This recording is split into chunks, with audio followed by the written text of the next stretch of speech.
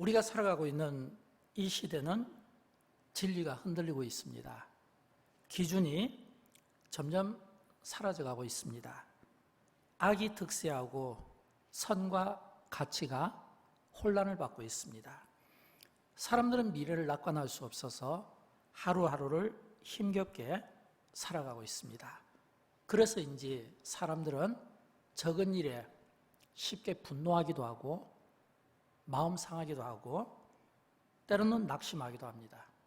때로는 자신의 처지를 다른 사람에게 돌리고 싶어 합니다. 그런 시대를 살아가는 오늘 이 시대의 모습을 보면서 저는 사도 요한이 밤모섬에서 예배를 드렸던 모습을 떠올려 보게 되었습니다. 밤모섬은 유배지입니다. 교회가 있을 리 없고요. 유배지에서 예배를 드린다. 그것도 탄광촌으로 알려져 있는데 그렇다면 예배 장소가 있을 만한 곳이 없잖아요.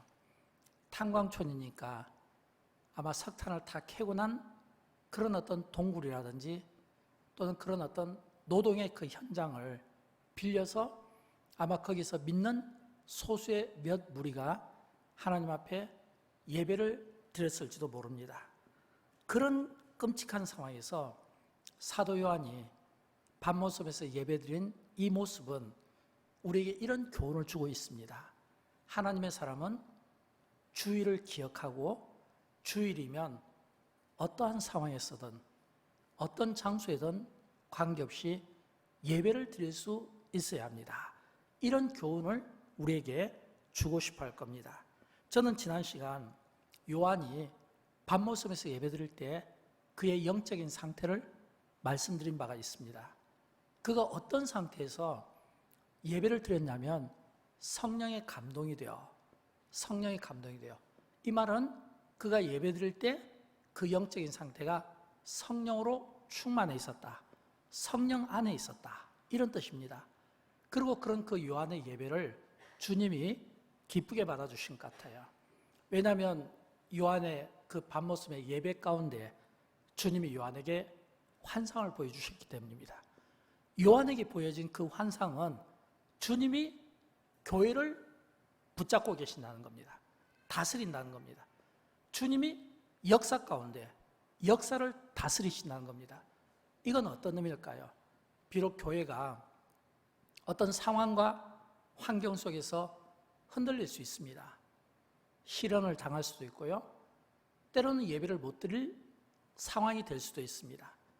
그러나 그런 위기가 찾아온다 할지라도 그럼에도 불구하고 주님이 교회를 붙잡고 계시면, 지도자들을 붙잡고 계시면 교회는 절대 망하지 않는다.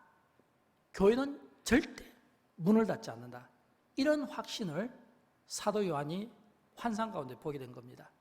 저는 동시에 요한이 밤모섬에서 그 고난 가운데 주님이 보여주신 환상을 통해서 그의 삶에 큰 위로와 하늘의 소망과 그리고 승리의 삶을 살았던 것처럼 침체되어 있고 고통이 따르고 조금 전 장로님께서 기도해 주신 것처럼 우리가 마스크를 벗고 예배 드릴 날이 오겠습니까?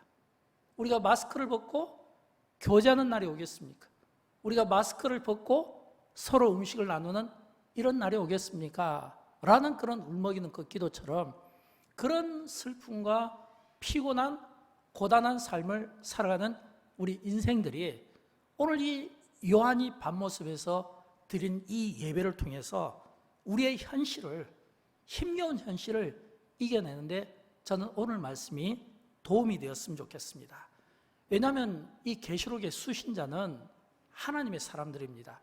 요한계시록 1장 1절은 처음 시작을 이렇게 하고 있습니다. 우리 같이 한번 읽어보도록 할까요? 예수 그리스도의 계시라. 이는 하나님이 그에게 주사 반드시 일들을 그 종들에게 보이시려고 그의 천사를 그 종 요한에게 보내어 알게 하신 것이라. 아멘. 요한계시록은 예수 그리스도의 계시입니다. 근데 여러분 아십니까? 이 계시의 말씀은 아무에게나 보여지는 것은 아니에요. 우리가 다 예배를 드린다고 해서 이 계시가 모든 사람에게 보여지는 건 아닙니다. 누구에게 보여질까요? 하나님의 사람들, 조금 더 구체적으로 이야기하면 하나님이 사랑하시는 사람들에게 보여지는 계시의 말씀입니다. 하나님이 사랑하시는, 주께서 사랑하시는 자들에게 보여지는 말씀이라면 하나님이 누구를 사랑하시겠습니까? 하나님의 말씀에 목숨을 걸고 하나님의 말씀에 운명을 걸고 하나님의 말씀을 지키며 말씀대로 살기를 매우 노력하고 애를 쓰는 사람에게 보여지는 계시의 말씀이라 이 말이에요. 다시 말하면 요한이 밤모섬에 가게 된 게 바로 그런 의미 아니겠습니까? 요한이 왜 밤모섬에 갔을까요? 그는 소아시아 교회의 지도자였습니다. 존경받는 지도자였어요. 그런 그 지도자가 만약 그가 황제 앞에서 우상 앞에서 한 번 절하면 그는 아마 계속해서 그 어떤 명예와 부가 보장되고 출세가 보장될지도 몰라요. 그러나 그럼에도 불구하고 그가 황제 숭배 사상을 거절하고 우상 숭배를 거절하고 그 고난과 핍박 가운데 맞서 싸우면서 하나님의 말씀으로 복음으로 말씀에서 이기려고 이렇게 애를 쓸 때 이 요한에게 찾아온 것은 혹독한 시련이었어요. 사람들의 칭찬이 아니었어요. 혹독한 시련이었어요. 그 혹독한 시련이 그가 밤모섬에 유배된 겁니다. 아무것도 없는 바로 그곳에서 하나님 앞에 예배를 드렸다고 하는 것입니다. 저는 그런 것처럼 오늘 저와 여러분 우리가 정말 주님의 이 계시를 우리가 하나님의 말씀대로 살려고 예를 쓰는 가운데 이 계시의 말씀이 요한에게 임했던 것처럼 우리에게도 이런 이 계시의 말씀이 임했으면 좋겠어요. 왜냐하면 이 요한계시록은 그 수신자가 하나님의 사람들이에요. 또 이 요한계시록은 좁은 의미로는 그 소아시아 지역에 있는 7교회를 편지를 써서 그들에게 요한을 하여금 전달하게 하는 목적을 가지고 있습니다. 그러나 넓은 의미로는 마지막 때를 살아가는 사람들에게 어떻게 그 마지막 때를 살아가는가라고 하는 삶의 지침서가 또 이 요한계시록에 기록되어 있는 것을 우리가 볼 수 있습니다. 그래서 요한계시록은 그 구성이 두 가지 메시지로 되어 있습니다. 하나는 계시고 하나는 예언입니다. 계시란 장래에 일어날 일을 말씀하는 것이고 예언이란 하나님의 역사가 어떻게 일어날 것인가를 설명해 주고 있습니다. 그리고 이 말씀을 이제 요한계시록 2장과 요한계시록 3장에 보면 그 지역의 7개 교회에 이제 이 말씀을 전하는 겁니다. 그래서 요한계시록 2장과 3장에 보면 주님이 7개를 찾아가시는 거예요. 그리고 그 7개를 칭찬하시고 책망합니다. 그런데 그 7개 가운데 이 5개 교회는 책망이 심했어요. 칭찬보다는. 또 2교회는 칭찬만 있었어요. 그러나 중요한 것은 책망받은 교회들도 고난이 따랐다는 것이고, 그리고 그 고난 앞에 주님이 말씀하시고 처방책을 주면서 이겨라, 이겨내라 이런 말씀을 주신 거예요. 또 2교회는 칭찬만 하셨어요. 그러나 칭찬한 그 2교회조차도 고난이 따랐습니다. 왜냐하면 칭찬받았기 때문에 고난이 없는 것이 아니라 말씀대로 살려고 하니까 그들에게 찾아오는 그 많은 박해가 어떤 사람에게는 가난으로, 어떤 사람에게는 쫓김으로, 그래서 또 고난을 받게 된 거예요. 그래서 주님이 또 그 교회에 말씀하십니다. 이겨라, 이겨내라, 이겨내라는 이 말씀을 주신 거예요. 그리고 이제 요한계시록 4장으로 넘어옵니다. 오늘 본문 4장 1절은 그렇게 시작한 거예요. 2일 후에. 여기서 2일 후에란 요한에게 밤모섬에서 보여주신 그 환상으로 기록하게 하고, 그리고 그 7개 교회를 소개하고, 그 소개하시면서 그 교회에 주님이 말씀하신 후에 내가 보니 그랬거든요. 그러면 그 말씀이 끝난 다음에 내가 보니, 그러면 요한은 그 7개의 교회를 보면서 어떤 마음이 있겠습니까? 아프지 않겠습니까? 왜냐하면 그 교회의 지도자인데요. 지도자가 지금 그들과 고난받는 그들과 함께하지 못하고 유배지에서 외롭게 예배를 드리면서 그가 지금 말씀으로 환상으로 그가 보게 되었는데, 그 교회들마다 가지고 있는 그 문제들을 안고 보면 얼마나 아프겠냐 이거예요. 로마의 네로 황제에게 핍박받고 고난받는 백성들을 보면 마음이 아프고, 또 로마의 도미티아누스 그 황제에게 또 황제 숭배 사상을 요구받았을 때 그것과 이기려고 처절하게 싸우면서 자기의 신앙을 지키려고 하는 사람들 보면 얼마나 마음이 아팠겠습니까? 때로는 배교하는 사람도 있겠죠. 때로는 도망가는 사람들도 있겠죠. 때로는 뿔뿔이 흩어지고 그 얼마 남지 않은 그 소수의 사람들을 보면서 힘겹게 살아가는 교회와 성도들을 향한 그 요한의 마음이 얼마나 찢어지고 아프겠냐 이거예요. 그때 주의 음성이 이 요한으로 하여금 이제 내가 봄에, 근데 그 시선을 어디에 두게 하냐면 하늘에 두게 하는 겁니다. 하늘을 두게 해요. 하늘의 문이 열렸는데 이걸 하늘에 두게 한다는 겁니다. 무엇을 말할까요? 하늘에 보게 했다는 것은, 하늘에 열린 문을 보게 했다는 것은 땅만 보면 답이 안 나오는 상황에서 하늘을 보게 하신 겁니다. 땅만 보면 답이 안 나와요. 이 요한계시록은 참고로 말씀드리면 1장, 2장, 3장은 요한계시록의 서론에 해당됩니다. 1장에서 요한이 밤모섬에서 예배드리는 그 모습을 통해서 하나님의 사람은 어떤 경우에도 주일날 예배를 드려야 됩니다 라는 그 모습을 보여주면서 2장과 3장에서 소아시아의 7개 대표적인 그 교회를 보여준 거예요. 이 7개 교회는 좁은 의미로는 그 지역의 교회지만 넓은 의미로는 오늘 현대 교회가 바로 그런 유형이 있다는 것을 우리가 볼 수 있어야 됩니다. 그러면 그런 그 교회들을 쭉 보여주고 그 다음에 이제 6장부터 보면 어떤 내용이 나오냐면 이 본론이 나옵니다. 요한계시록 1장부터 3장까지는 서론이라면 6장부터는 본론이에요. 근데 요한계시록 본론에서는 하나님의 심판이 임하는 겁니다. 하나님의 심판에 관한 말씀들이 쏟아지게 되는 거예요. 어떤 의미로 보면 우리가 참 불편한 말씀들을 우리가 듣게 되는 그런 상황을 만나게 됩니다. 근데 3장과 그리고 6장 심판 그 사이에 4장과 5장 그걸 중간에 끼워놓은 거예요. 그리고 4장에서 지금 요한에게 눈을 열어 하늘을 보게 하고 하늘에 열린 문을 보게 했다는 거예요. 그럼 우리는 이렇게 질문할 수 있죠. 왜 요한계시록 본론에 해당하는 이 하나님의 심판을 앞두고 왜 요한계시록 4장에서 하늘의 예배를 보게 하셨을까? 이런 질문들을 우리는 할 수 있어야 되겠죠. 왜 보게 하셨을까? 하늘의 영광을 본 자만이, 하늘의 영광을 본 자만이 이 땅의 고난을 이겨낼 수 있기 때문입니다.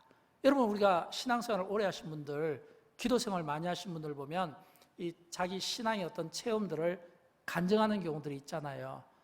우리가 신앙생활 하면서 물론 하나님의 말씀으로 우리가 이론으로 신앙생활하는 것도 중요하지만 제가 생각할 때는 체험도 중요하다고 생각합니다. 너무 체험이 강조되면 좀 신비주의적인 경향으로 갈 가능성이 있어요. 그러나 약간의 체험은 필요하다고 봅니다. 주님이 나를 예배 가운데 만나주시고 또는 나에게 어떤 은사를 통해서 만나주시고 또는 환상으로 만나주셨다든지 또는 내가 질병으로 고통받을 때 이 치유로 만나주셨다든지 또는 내가 너무 마음이 상하거나 아플 때 주님이 와서 나를 안아주시면서 위로해 주신, 주님을 만난, 주님이 나를 만나주신 그 은혜를 입은 이런 어떤 체험들이 있잖아요. 영적인 체험이든 삶의 체험이든 이런 체험들이 있을 때 그리스도인들은 어떤 위기나 고난 가운데 쉽게 넘어지지 않습니다. 주님이 나를 만나주신 경험이 있으니까, 회복시켜준 경험이 있으니까, 내가 넘어질 때 나를 이렇게 세워주시고 내 손을 붙잡아 주신 그 경험이 나로 하여금 다시 한번 일어나고 힘을 얻을 수 있도록 만들어주시기 때문에 이런 약간의 체험은 필요하다고 하는 겁니다. 또 고난을 이기는 힘 가운데는 저는 예배가 중요하다고 생각합니다. 예배는 우리의 모든 힘든 상황과 시련과 역경을 이겨내는 백신과도 같습니다. 예배 드릴 때 그 예배 가운데 임재하신 하나님께서 예배 속에서 우리를 만나주시는 거예요. 우리의 아픔을 어루만져 주시고 상처난 곳을 싸매어 주시고 눈물을 닦아주시고 우리에게 은혜를 주시기도 하고 때로는 책망하시기도 하고 때로는 의로 걸어갈 수 있도록 우리에게 도전을 주시기도 하고 이게 전부 예배 가운데 일어나는 거예요. 제가 어렸을 때 예배에 대해서 가장 많이 들었던 말씀 중에 하나는 예배 한 번만 잘 들으면 예배에서 제대로 은혜를 한 번만 받으면, 예배 가운데 임재하신 주님이 한 번만 만나주시면, 내 인생을 한 번만 이게 터치해 주시면 그 한 번으로 회복할 수 있고 문제를 해결할 수 있고 돌파하며 이겨낼 수 있는 그런 힘이 예배에 있다는 거예요. 여러분, 예배가 진짜 중요해요.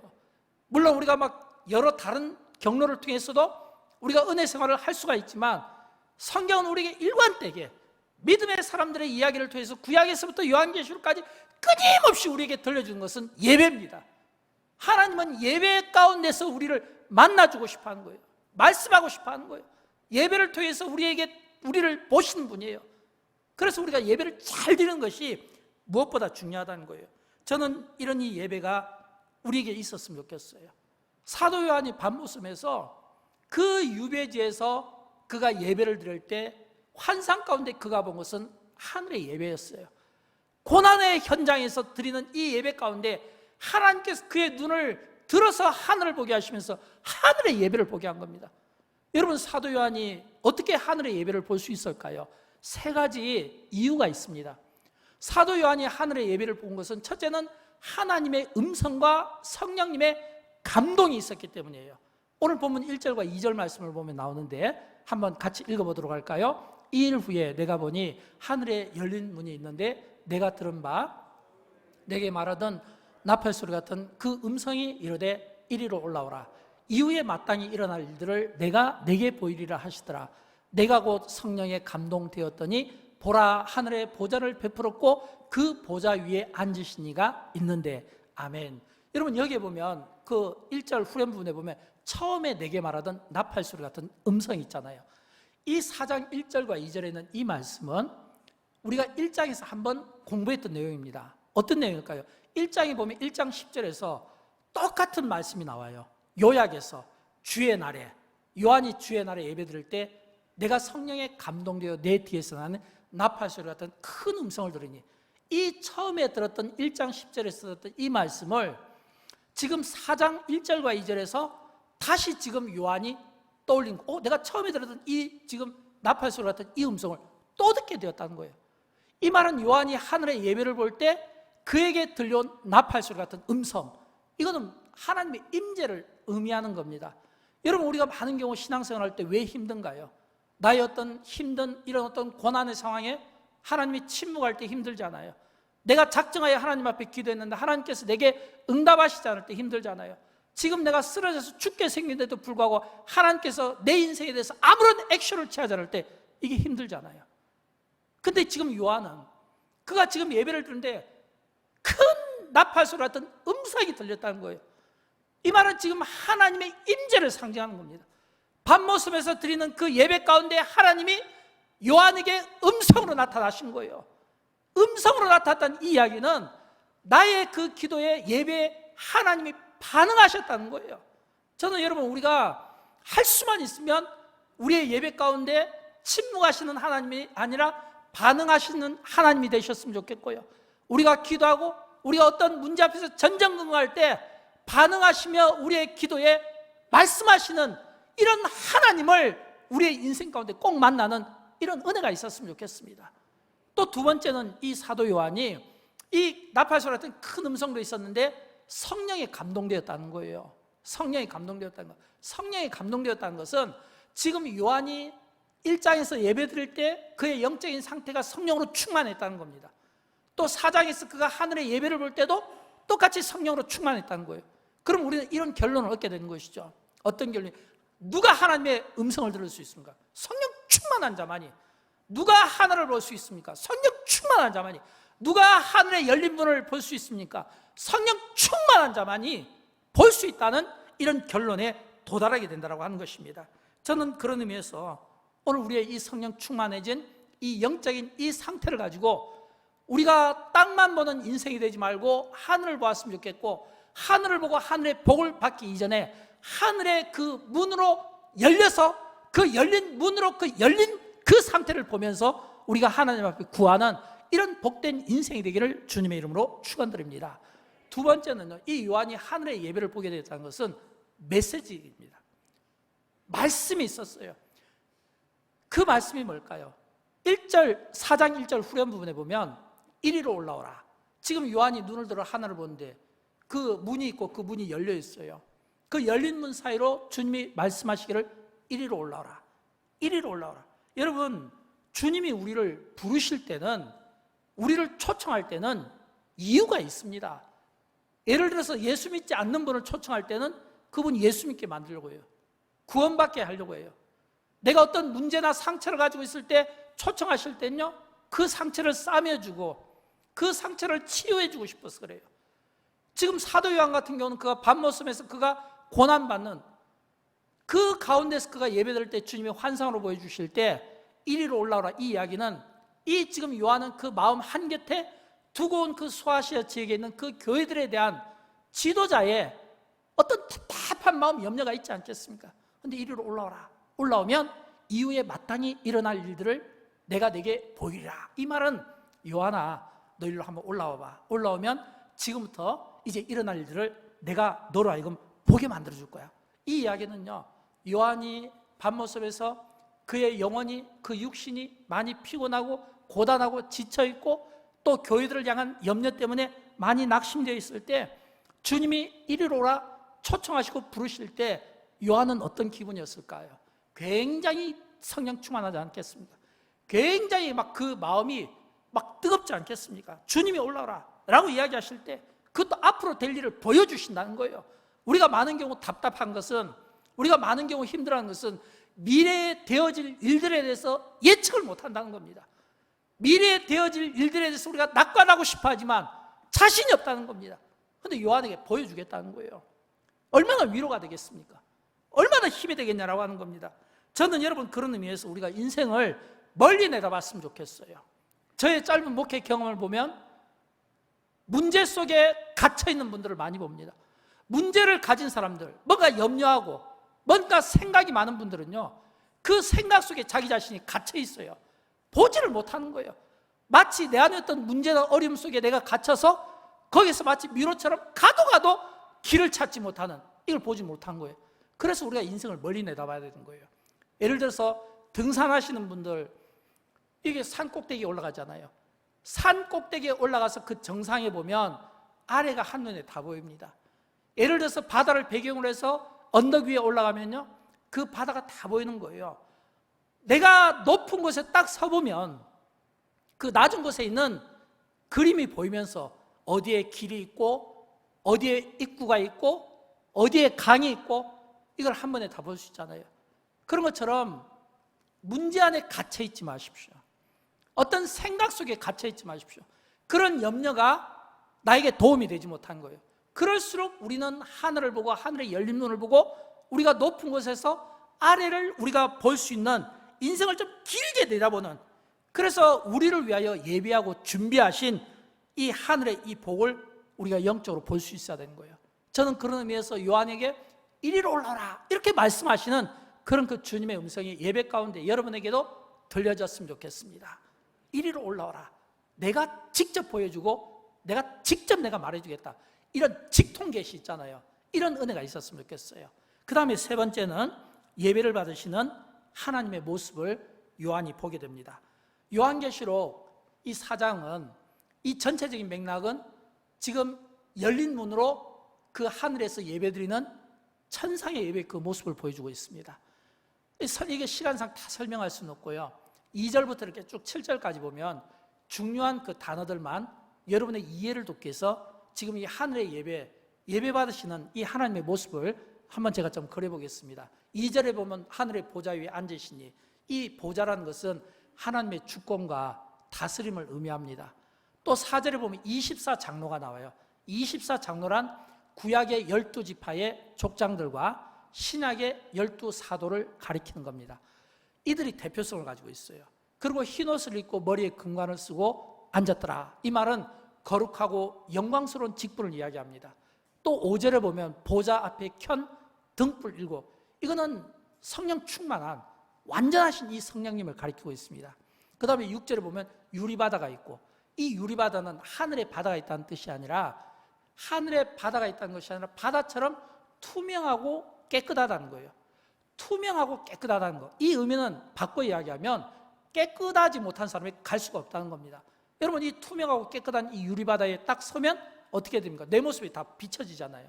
내 안에 있는 죄악들, 내 안에 있는 더러운 것들, 온갖 이런 냄새 나는 것들, 이런 것들을 가지고는 우리가 영광스러운 그 주님 앞에 갈 수가 없는 거예요.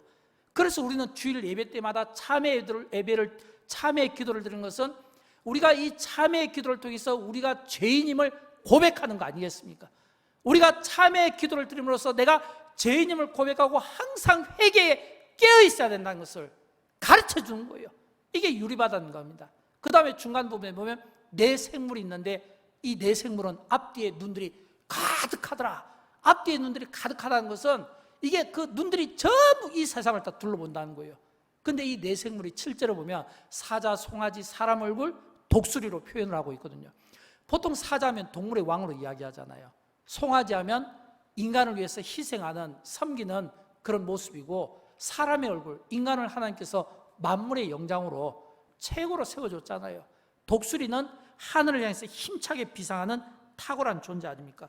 이런 모든 것들이 예배의 대상이신, 보좌에 앉으신 영광스러운 그 하나님을 향해서 바라보고 전부 다 시선들이 집중되고 있는 겁니다. 본문 8절에 보면 하나님이 거룩하신 분으로, 하나님이 전능하신 분으로, 하나님이 영원하신 분으로, 전에도 계셨고 이제도 계셨고 영원하신 하나님으로 나옵니다. 본문 11절에 보면 모든 것을 합당하게 찬양 받으시기에 합당하신 분으로 우리에게 그 하나님을 보여주고 있습니다. 여러분, 사도 요한이 2절부터 11절까지 있는 이런 하늘의 예배의 이 모습, 예배를 받으시는 영광스러운 그 하나님의 그 모습을 하늘의 열린 문으로 그가 봤다는 거예요. 봤다는 이 의미는 어떤 의미일까요? 하나님이 이런 분이었구나, 이거 아니겠습니까? 하나님이 이런 분이었구나. 여러분, 우리의 예배가 참된 예배가 되고, 우리의 예배가 능력이 되고, 우리의 예배가 정말 우리가 힘을 얻고 예배를 통해서 우리가 하나님 앞에 온전한 영광을 돌리려면 우리의 예배를 받으시는 하나님이 어떤 분이신가를 알아야 되잖아요. 하나님이 어떤 분이신가, 하나님의 가치를 알아야 되잖아요. 우리의 예배의 대상이 되신 하나님이 어떤 분이시고 어떤 가치를 가지시고 어떤 능력을 가지셨는가, 이걸 알아야 되잖아요. 요한에게 지금 그걸 보여준 거예요. 땅에서 고난받는 이 현실을 보지 말고 하늘에서 영광 받으시는 하나님의 모습을 통해서 좀 더 가까이에서 요한에게 그 영광스러운 하나님의 모습을 우리에게 보여주고 있는 겁니다. 여러분, 참된 예배는 우리가 예배드리는 대상의 가치를 인정하는 데서부터 시작되는 거예요. 저는 이 가운데 그런 분이 없기를 바라지만, 혹시 여러분 가운데 영적으로 침체되어 있는 분들이 있다면, 낙심되어 있는 분들이 있다면, 여전히 어떤 문제의 그 감옥에, 굴레에 갇혀서 헤어나오지 못하고 길을 찾지 못하고 방황하는 분들이 있다면, 저는 예배 가운데 임재하신 하나님, 요한에게 보여준 그 영광스러운 그 하나님을 만났으면 좋겠어요. 체험했으면 좋겠어요. 그분의 그 은혜를 보면서 그 안에서 영적으로 회복했으면 좋겠어요. 여러분, 우리가 회복한다는 이 의미는요, 다른 데 있는 게 아니에요. 내가 하나님을 진실로 만나는가, 이거예요. 나의 예배를 하나님이 기쁘게 받아주셨는가, 예배 가운데 하나님이 말씀하시는 것을 지금 내가 깨닫고 있는가, 여기에 따라서 우리의 영혼도, 영적인 삶도 회복이 되고 우리의 육신의 문제도 해결되고, 우리가 그처럼 힘들어하고 전전긍긍하며 고통받는 문제들이 예배 가운데 하나님이 만나주시면 그분 안에서 해결받지 못할 일이 어디에 뭐가 있겠습니까? 능치 못할 일이 뭐가 있겠습니까? 능치 못하시는 하나님이신데요, 그 은혜, 그 능력을 저는 예배 가운데 주님을 만나면서 저와 여러분이 그 어려운 모든 문제들이 해결받았으면 좋겠어요. 우리가 예배를 잘 드리면, 예배에 감격이 있으면, 예배에 은혜가 있으면, 저는 이 세상에 오고는 모든 어떤 문제도 해결받지 못할 문제가 없다. 예배를 통해서 해결받게 되어 있다. 이게 예배가 우리에게 주는 은혜고, 예배가 우리에게 주는 힘이고, 예배가 우리에게 주는 가치라고 생각합니다. 사랑하는 여러분, 그렇다면 우리가 하나님 앞에 어떤 예배자의 자세를 가져야 될까요? 우리가 어떤 예배자의 자세를 가져야 될까요? 우리가 예배자의 자세를 가지려면 오늘 본문 10절에서 하나님 앞에 엎드리고 경배하고 드리며의 이 자세가 필요합니다. 우리 10절 말씀, 이건 참된 예배자의 자세인데 같이 읽어보도록 할까요? 24 장로들이 보좌에 앉으신 이 앞에 엎드려 세세토록 살아계시는 이에게 경배하고 자기의 관을 보좌 앞에 드리며 아멘. 엎드려 경배하고 드리며, 엎드려 경배하고, 이 말은 엎드려 경배한다는 것은 나의 모든 주도권을 하나님께 드린다는 겁니다. 모든 주도권을 하나님께 드린다는 거예요. 주도권을 하나님이 쥐고 계신다는 거예요. 24 장로들이 자기의 관을 보좌 앞에 드리며, 이 말은 희생과 섬김을 의미하는 겁니다. 24 장로들이 자기의 그 귀한 것을 하나님께 드리는, 아낌없이 드리는 것을 이야기하는 겁니다. 사랑하는 여러분, 사도 요한이 하늘의 열린 문을 통해서 보좌에 앉으신 하나님, 그 영광스러운 그 모습, 모든 것이 하나님께 집중되어서 영광스러운 그 모습을 볼 때 이 요한은 이런 깨달음을 갖지 않았겠습니까? 처음부터 끝까지 하나님이었습니다. 처음부터 끝까지 하나님께 맞춰져 있습니다. 처음부터 끝까지 하나님이 영광 받으시는 자리입니다. 모든 천사와 장로들이 하나님을 바라봅니다. 하나님의 위대하심을 묵상합니다. 이게 하나님께 드리는 진짜 예배인 거예요. 여러분, 예배란 우리가 하나님께 몰입하는 겁니다. 예배란 우리가 하나님께 몰입하는 거예요. 예배 가운데서 오늘 우리의 예배를 받으시는 하나님 앞에서 우리의 모든 것이 집중돼서 그 앞에서 드려지는 예배를 이야기하는 겁니다. 우리가 예배를 드리면서도 우리가 은혜를 놓치고 우리가 예배를 드리면서도 능력 있는 승리의 삶을 살지 못하는 것은 우리가 하나님 앞에 예배에 몰입되지 못해서 그래요. 하나님은 우리의 예배를 받고 싶어하는 거예요. 영광스러운 요한이 본 이 천상의 이 예배는 모든 것이 하나님께 집중되어 있는 거예요. 예배는 그렇게 드리는 거예요. 우리 안에 다른 생각 가지고 있고 다른 마음 품고 있고 다른 어떤 여러 경로들을 이야기하고 이런 것들이 전부 우리의 예배 생활에 얼마나 방해가 되는지 몰라요. 하나님이 우리에게 원하시는 것, 지금 요한을 통해서 우리에게 들려주고 싶어하는 메시지는 그가 본 이 천상 예배, 하늘의 예배는 하나님께 집중된 예배였다라고 하는 겁니다. 이런 예배를 드릴 때 비로소 무서운 심판과 역경과 고난을 이겨낼 수 있는 힘과 용기가 생긴다라고 하는 거예요. 사랑하는 여러분, 이 세상은 두 종류의 그리스도인들이 있습니다. 땅만 바라보는 그리스도인이 있고 하늘을 바라보는 그리스도인들이 있습니다. 그리고 성경은 땅과 하늘을 바라보는 이런 인생의 대조적인 모습을 우리에게 자주 들려주고 있습니다. 그한 신뢰로 예수님께서 변화산에서 기도하시는 장면을 한번 그려보시기 바랍니다. 베드로, 야고보, 요한 세 제자가 예수님과 함께 변화산 꼭대기에서 기도할 때 세 제자가 예수님의 그 얼굴에서 해같이 빛나는 영광스러운 모습을 보게 되었습니다. 예수님의 그 옷이 하얗게 변하는 그런 빛과 같이 빛나는 영광스러운 모습을 보게 되었습니다. 세 제자가 예수님의 그 얼굴에 빛나고 그 용모가 빛나는 그 모습을 보니까 내려가고 싶지가 않은 거예요. 거기에서 살고 싶은 거예요. 그러나 대조적으로 예수님과 그 세 제자가 산 위에 있을 때 산 아래에서는 어떤 일이 있었을까요? 간질 들린 아이를 둔 부모가 자기 아이의 병을 고치기 위해서 산 아래에 있는 제자들에게 찾아옵니다. 제자들은 산 아래에서 그 간질 들린 그 아이를 고치기 위해서 여러 방법들을 전부 다 사용해 보았을 겁니다. 그리고 얻은 결론은 혼란이었습니다. 얼마나 그 자리가 혼란스러운지 모릅니다. 여러분, 이게 산 아래 땅만 보는 인생의 한계입니다.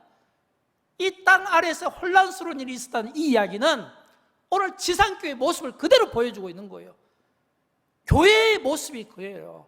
교회의 모습이 뭔가 문제가 있고 어려움이 있는데 이 어려움과 문제를 풀어내려고 하는, 풀어낼 수 없는 그런 능력을 갖지 못한, 그래서 혼란스러운 겁니다. 교회를 보면 혼란스러운 거예요. 땅만 보는 인생과 교회의 모습은 이런 이 혼란스러움으로 가득 찰 수밖에 없다는 겁니다. 여러분, 우리는 어디에 해당할까요? 베드로, 야고보, 요한처럼 우리가 하늘을 보며 하늘의 예배를 드리는 인생입니까? 아니면 우리가 땅만 보며 그 땅 안에서 혼란스러운 그 간질 걸린 그 아이를 고치지 못해서 제자들이 안절부절하고 시끄러운 소요가 일어나는 이런 혼란스러운 모습을 봅니까? 분명한 것은 땅만 보게 되면 사람들은 반드시 실망할 수밖에 없습니다. 슬픈 현실이지만 사실입니다. 사람을 보아도 그렇고 교회를 보아도 그렇고 땅만 보면 답이 안 나오는 거예요. 내가 아무리 순수하게 살고 싶어도 순수하게 살 수 없기 때문입니다. 내가 아무리 죄를 안 짓고 살고 싶어도 죄를 안 짓고는 살 수가 없는 세상입니다. 죄와 싸워서 이길 수 없는 현실을 우리가 이 땅에서 경험하고 있다는 겁니다. 다들 우리는 이런 생각을 하고 있어요. 나는 다르다. 나는 다르다. 영광교회는 다르다. 안 달라요. 나도 안 다르고 영광교회도 안 다른 거예요. 그거는 우리의 착각입니다. 나는 다를 것이다. 영광교회는 다를 것이다. 이거야말로 사단이 우리에게 속삭이는 이런 달콤한 유혹일 수밖에 없는 거예요. 이 세상에 있는 그 어떤 지상교회도 완전할 수가 없어요. 불완전한 교회는 반드시 소요가 있고 혼란이 있을 수밖에 없고 문제를 풀어낼 능력이 없는 그게 현실인 거예요. 그래서 우리는 사람에게 기대면 안 된다는 거예요. 그래서 우리는 사람이 그 속임수에 미혹받으면 안 된다는 거예요. 그럴수록 우리는 요한이 본 하늘, 그 하늘 문이 열리면서 주님이 요한에게 이리로 오라 라고 할 때 이리로 오라라는 이 주님의 이 메시지가 사실은 본문을 묵상하면 얼마나 우리에게 위로가 되고 힘이 되는 줄 알 수 없습니다. 왜일까요? 여러분, 이 이리로 오라 이 말이 힘이 되는 것은 1세기 그리스도인들은 로마로부터 많은 박해와 고난을 받았습니다.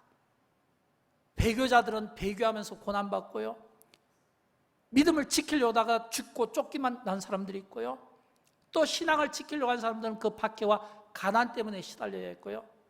그런 그 고난받던 1세기 그 그리스도인들, 그들의 소망이 무엇이겠습니까? 그들의 소망은 요한을 통해서 이리로라 말씀하는 것처럼 1세기 그리스도인들이 붙잡은 것은 바로 이 말씀이에요. 이리로라.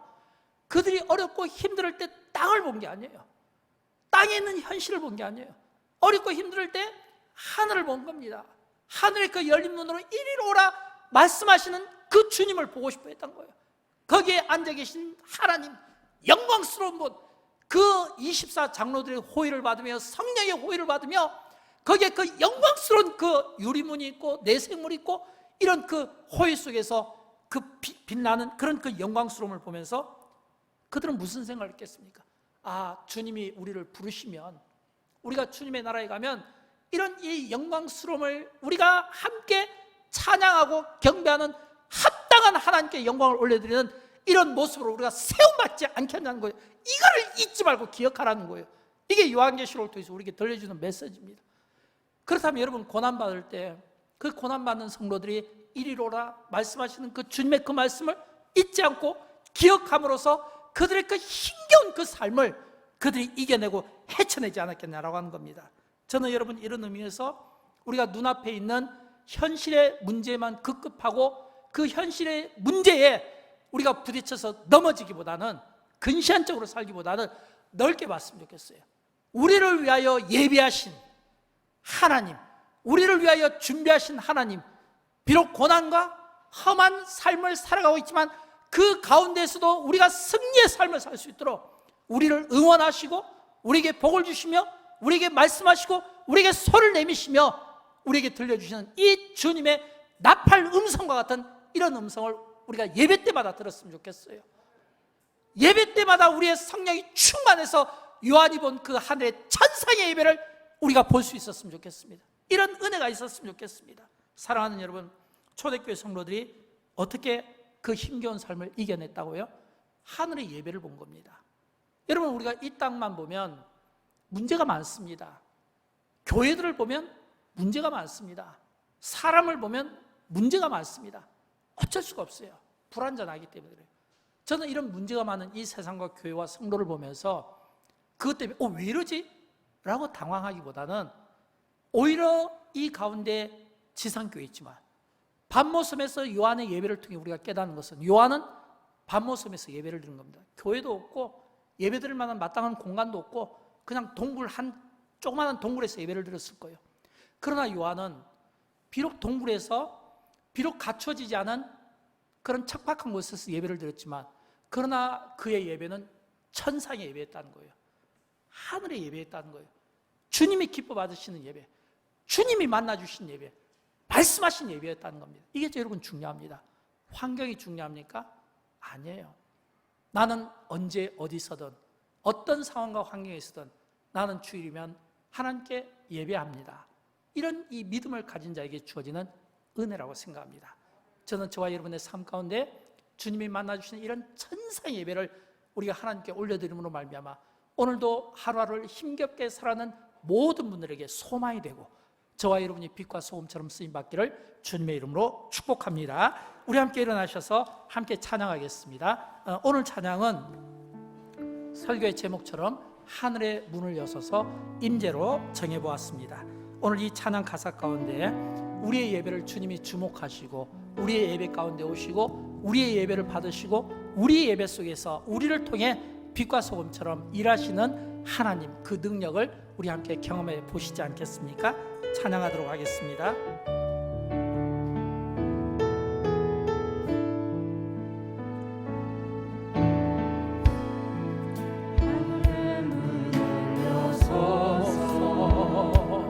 이곳을 주목하소서. 주를 향한 노래가 꺼지지 않으니 하늘을 열고 보소서. 이곳에 임재하소서. 주님을 기다립니다. 기도의 향기가 하늘에 닿으니 주여 임재하여 주소서. 이곳에 오셔서 이곳에 앉으소서. 이곳에서 늘 예배를 받으소서. 주님의 이름만이 오직 주의 이름만. 이곳에 오셔서 이곳에 앉으소서. 이곳에 앉으소서. 이곳에서 늘 예배를 받으소서.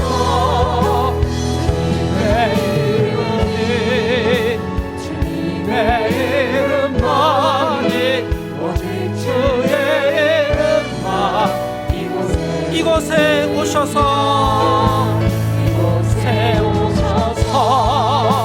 이곳에 앉으소서. 이곳에서 늘 예배를 받으소서.